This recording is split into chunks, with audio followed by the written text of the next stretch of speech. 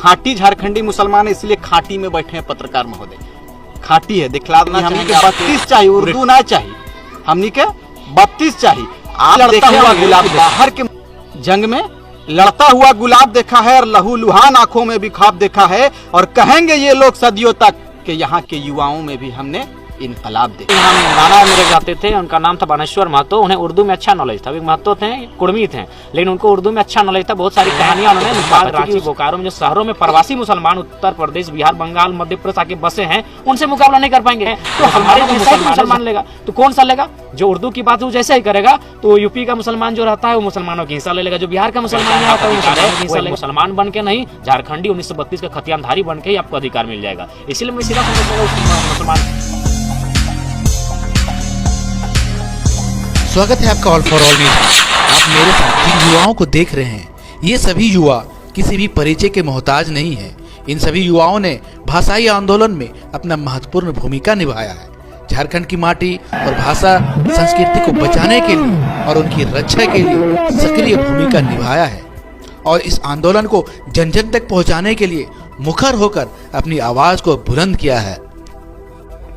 आप देख सकते हैं हमारे साथ है जयराम महतो, जिनके बारे में मुझे कुछ भी बताने की आवश्यकता नहीं है, क्योंकि आज झारखंड का एक एक युवा, एक एक बच्चा इनके नाम से वाकिफ है, क्योंकि इन्होंने झारखंड की संस्कृति को, झारखंड की भाषा को बचाने के लिए, इस माटी की रक्षा के लिए जो आंदोलन छेड़ा है और आंदोलन को एक एक घरों तक पहुंचाया है, जिनकी वजह से आज पूरा झारखंड इनको जानता है।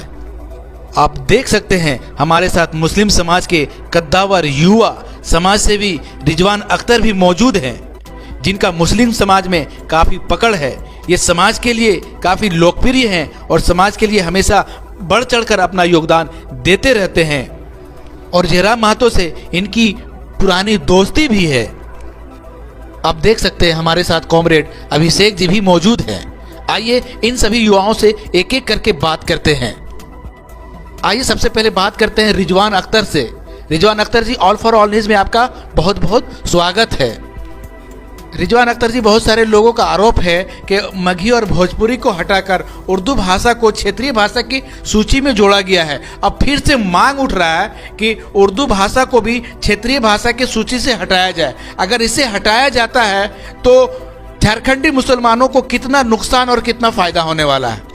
देखिए, लोगों को दिग्भ्रमित करना छोड़ दे। लोग जिस प्रकार से माहौल क्रिएट कर रहे हैं, जिस तरह से लोग अपनी भाषा संघर्ष समिति ने एक पहल किया है, इस पहल को लोग सराहना चाहिए, उसकी तारीफ करना चाहिए, हौसला बढ़ाना चाहिए, हौसला अफजाई करना चाहिए। लेकिन लोग, हम देख रहे हैं कुछ लोगों की ऐसी मानसिकता है कि लोग इससे दिग्भ्रमित करके उर्दू का मुद्दा उठा रहा है। अरे भाई, हम लोग झारखंडी है, झारखंडी मुसलमान है, खाटी झारखंडी मुसलमान है, इसलिए खाटी में बैठे हैं पत्रकार महोदय। खाटी है, दिखलाना चाहेंगे आपके पूरे टीम और पूरे चैनल के माध्यम से कि हम लोग खाटी में बैठे हैं, जमीन की बात करते हैं, और हम लोग मुसलमान हैं, प्योर मुस्लिम है, और मतलब नहीं है, चूंकि हम लोग खोठा बोलते हैं। दादा तोरा कई दिल चाहो हम लोग खोठा बोलत रहिए, घारे भी हिंसरे अगर उठत रहिए तो घारे खोठा से बात करिए, ठीक है। अब के गीदर बुतरू तनी बाहरे पढ़े लगले, बड़ बड़ स्कूले पढ़े लगले, तनी हिंदी के प्रचलन चले, हिंदी बोले लगल। तो एकर माने ई नहीं कि उर्दू पे हमनी पूरा निर्भर ही तो हैं। यदि सर्वे कर भग तो हैं पूरा गाँव घूर भग, यदि तो तोहरा ये पता चलतो कि 99% जो मुस्लिम है गाँव में जो लोग रहे हथिन, उ लोग से तो यदि पूछभक, ओकर इंटरव्यू तो है लेभक, तो तोहरा कहतो कि दादा हमनी झारखंडी मुस्लिम लगी, हमनी के 32 चाहिए, उर्दू ना चाहिए, हमनी के 32 चाहिए। आप देखे होंगे कि बाहर के मुसलमान जो झारखंड में बसे हैं, आप अगर सर्वे कर लीजिए, धनबाद के मुसलमानों को ले लीजिए, रांची में जो मुस्लिम बसे हुए, बाहर से ये आकर यहाँ पे प्रवासी के रूप में है, और उसके बाद ये चाह रहे हैं कि किसी तरह से हम, आप उनसे पूछिए खोठा के बारे में, उनसे खोठा से बात कीजिए तो वो बात नहीं करेंगे। इसीलिए आपत्ति उन लोगों का है, तो हम उन पर कैसे हावी रहेंगे? खोठा को तरजीह देंगे, खोठा को तवज्जो देंगे, पहले प्राथमिकता देंगे, तब ना हम उन पर हावी होंगे। लेकिन ये बात लोगों को समझना चाहिए कि हम लोग 32 की बात करते हैं, 32 की ही बात करेंगे। जो हमारी लड़ाई 32 पे है, इस 32 की बात हम लोग करेंगे, उर्दू की बात नहीं कर देंगे। आप उर्दू हटा दीजिए, उर्दू तो यहाँ की भाषा नहीं ना है भाई। कहीं ना कहीं उर्दू पर हम लोग बोलते हैं, तो पूर्ण रूप से उर्दू कहाँ बोलते हैं? तो हम लोगों को मुद्दा से भटकाइए मत। लोगों से हम यही बात को अपील करेंगे कि बहुत दिनों बाद बहुत वर्षों के बाद लोग, एक पीढ़ी के बाद आज एक पीढ़ी जगी है, तो आप हौसला बढ़ाने का काम करें, हम लोगों को हौसला देने का काम करें, ताकि हम संघर्ष के रास्ते को जो चुने हैं, हमारा संघर्ष का सफर आसान हो। हमारे युवा को आप प्रोत्साहित करें, हमारे युवाओं को पीठ थपथपाने का काम करें, शाबाशी देने का काम करें, तब हम लोग इतिहास रचने का काम करेंगे। आपको हम बताते चलें कि बहुत सारे लोगों ने मुझसे फोन किया, लेकिन हम यही बात कहेंगे उनसे कि जंग में लड़ता हुआ गुलाब देखा है, जंग में लड़ता हुआ गुलाब देखा है और लहूलुहान आंखों में भी ख्वाब देखा है, और कहेंगे ये लोग सदियों तक कि यहाँ के युवाओं में भी हमने इनकलाब देखा है। जयराम दा, आप उर्दू समाज के लोगों को क्या संदेश देना चाहेंगे? क्योंकि जिस संख्या में आंदोलन में उनको आगे आना चाहिए वो आ नहीं पा रहे हैं, आखिर क्या वजह है?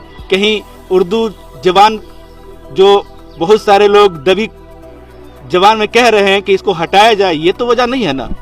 देखिए, सबसे पहली बात तो मैं हमेशा कहता हूं कि झारखंड में कभी धर्म की राजनीति हावी नहीं रही है। हिंदू मुसलमान क्रिश्चियन चाहे अन्य कुछ भी राजनीति जो रही है यहाँ शुद्ध झारखंडी की रही है। मैं यहाँ जहाँ बैठा हूँ बगल में मेरे यहाँ पूछ लीजिएगा, यहाँ नाना मेरे रहते थे, उनका नाम था बानेश्वर महतो। उन्हें उर्दू में अच्छा नॉलेज था। वे महतो थे, कुर्मी थे, लेकिन उनको उर्दू में अच्छा नॉलेज था। बहुत सारी कहानियां उन्होंने लिखा था, चूंकि उस समय वे 1963 के आसपास मैट्रिक किया था। उन्होंने उर्दू में भी उनको अच्छा नॉलेज था। तो इसका मतलब संदेश है कि उर्दू सीखने की भाषा है, बोलने की भाषा है। ये तय नहीं कि उर्दू मुसलमानों की भाषा है। अगर मुसलमानों की भाषा उर्दू रहती तो मैं एक छोटा उदाहरण बार बार देता हूं। बांग्लादेश के मुसलमान लड़ाई क्यों करते पाकिस्तान के मुसलमानों से कि हमको बांग्ला के लिए अलग देश दो? तो मुसलमानों की भाषा उर्दू नहीं है, उर्दू हिंदुस्तान की भाषा है। जब इसका इतिहास रहा है, हिंदुस्तान में रहने वाले सभी लोग लगभग उर्दू जानते हैं, बोलते हैं, समझते हैं। अगर झारखंड में उर्दू को नहीं लाया जाएगा तो उससे किसी मुसलमान को नुकसान नहीं होगा। एक बात देखिए, यहाँ केवल बाहरी और जो झारखंड में और गैर झारखंडी में जो लड़ाई चल रही है, क्या इसमें सिर्फ मुसलमान भी तो हैं जो गैर झारखंडी यहाँ के प्रवासी करते हैं? यहाँ जो गांव के आज भी जो मुसलमान हमारे भाई हैं, मुसलमान कौम के जो लोग गांव में रहते हैं, वे अगर खुद को चाहेंगे कि नियोजन में आगे आए तो वे शहरी मुसलमान का मुकाबला नहीं कर पाएंगे। अगर उर्दू को लेकर चलेंगे, यदि झारखंड के मुसलमान उर्दू को लेकर चलते हैं तो धनबाद, रांची, बोकारो में जो शहरों में प्रवासी मुसलमान उत्तर प्रदेश, बिहार, बंगाल, मध्य प्रदेश आके बसे हैं, उनसे मुकाबला नहीं कर पाएंगे। तो हमारे जो मुसलमान है, झारखंडी 1932 से खतियानधारी जो मुसलमान है, वे मुकाबला किसे करेंगे? वे खोटा, कुड़माली, जो नागपुरी है, जो उनका लोकल लैंग्वेज है, उसी पे वो मुकाबला कर पाएंगे। नहीं तो शहर में भी तो मुसलमान भी तो प्रवासी हैं। जो अतिक्रमण राज्य हैं उसमें केवल सभी कौम के तो लोग अतिक्रमण करके झारखंड में रहते हैं। तो मुसलमान ही अगर खुद को सुरक्षित करते हैं, मुसलमानों का हिस्सा ही तो मुसलमान लेगा, तो कौन सा लेगा? जो उर्दू की बात वो जैसे ही करेगा तो यूपी का मुसलमान जो रहता है वो मुसलमानों की हिस्सा ले लेगा, जो बिहार का मुसलमान यहाँ रहता है वो मुसलमानों की हिस्सा लेगा। तो कहीं ना कहीं ये दिग्भ्रमित करने का मामला है कि मुसलमान को उर्दू से किसी को आपत्ति नहीं होगी, उर्दू से वो भी नॉ लैंग्वेज के साथ खड़े होंगे, और मुख्यतः उनका भी मुद्दा वही होना चाहिए, 1932 खतियान की बात होनी चाहिए। और ये मुसलमान कौम आगे आ रही। धीरे धीरे कुछ लोग, ये चीज आपको मानना होगा कि मुसलमान के नाम पे हमेशा देश में राजनीति हुई है, हमेशा ये राजनीति हुई है, चाहे कांग्रेस करे, भारतीय जनता पार्टी करे, या फिर आज झारखंड मुक्ति मोर्चा करे, हमेशा उसके नाम पर राजनीति हुई है।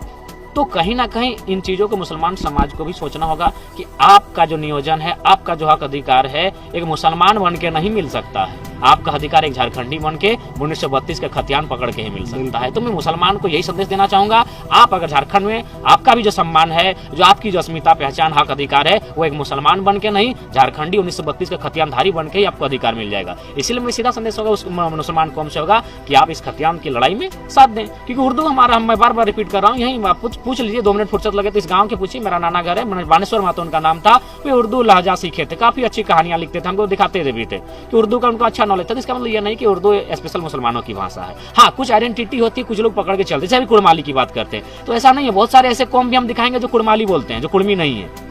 तो ऐसी बात नहीं है। कालांतर के साथ समय में रहते रहते एक दूसरे का आदान प्रदान होते हुए कुछ चीजें इससे वहां से आना जाना, आयात निर्यात होते रहता है। तो बाकी ऐसा कुछ बात नहीं है। हम लोग देखिए अभी बात करते हैं, हम लोग तो इंग्लिश में भी बहुत सारे चीज लोग बात करते हैं। अगला दिन कोई इंग्लिश वाला बात करेगा कि हमको इंग्लिश का लैंग्वेज दो। बहुत सारे संस्कृत बोलने वाले हैं जो खतियानधारी में संस्कृत की बात करेंगे, हिंदी की बात करेंगे। तो क्या होगा, झारखंड धीरे धीरे डाइवर्ट होता जाएगा। जो मेन मुद्दा झारखंड को डाइवर्ट होता जाएगा। इसीलिए समय मुद्दा को डाइवर्ट करने का नहीं है, केवल और केवल खतियान की बात होगी। उसमें जो झारखंड का लैंग्वेज है उसी पर बात होगी। जो 9 लैंग्वेज, जो TRI की रिपोर्ट है, ट्राइबल्स रिपोर्ट है, उसी के अनुसार जो हमारे 9 लैंग्वेज रामदयाल मुंडा ने प्रस्तुत किए थे समक्ष। और 30 मार्च 1981 को जगन्नाथ मिश्र बिहार की सरकार ने झारखंड में जो 9 लैंग्वेज को मान्यता प्रदान किया था और क्षेत्रीय भाषा की सूची में शामिल किया था, उन्हीं के साथ झारखंड आगे बढ़ सकता है। चाहे वो कोई कौम रहे, वही 9 लैंग्वेज उसका उद्धार कर सकते हैं। बाकी अगर वो सोचेगा अपने कौम के लिए, अगर देखेगा, अब मान के चलिए अगर हिंदू समाज अगर अपनी कौम को देखता है, मुसलमान अपनी कौम को, क्रिश्चियनिटी अपनी कौम को, आदिवासी अपनी कौम को, तो नुकसान झारखंड का ही होगा। इसीलिए यहाँ कौम नहीं देखना है, यहाँ जाति नहीं देखना, यहाँ धर्म नहीं देखना, यहाँ सिर्फ और सिर्फ खतियान देखना है, जो 1932 का खतियान होगा।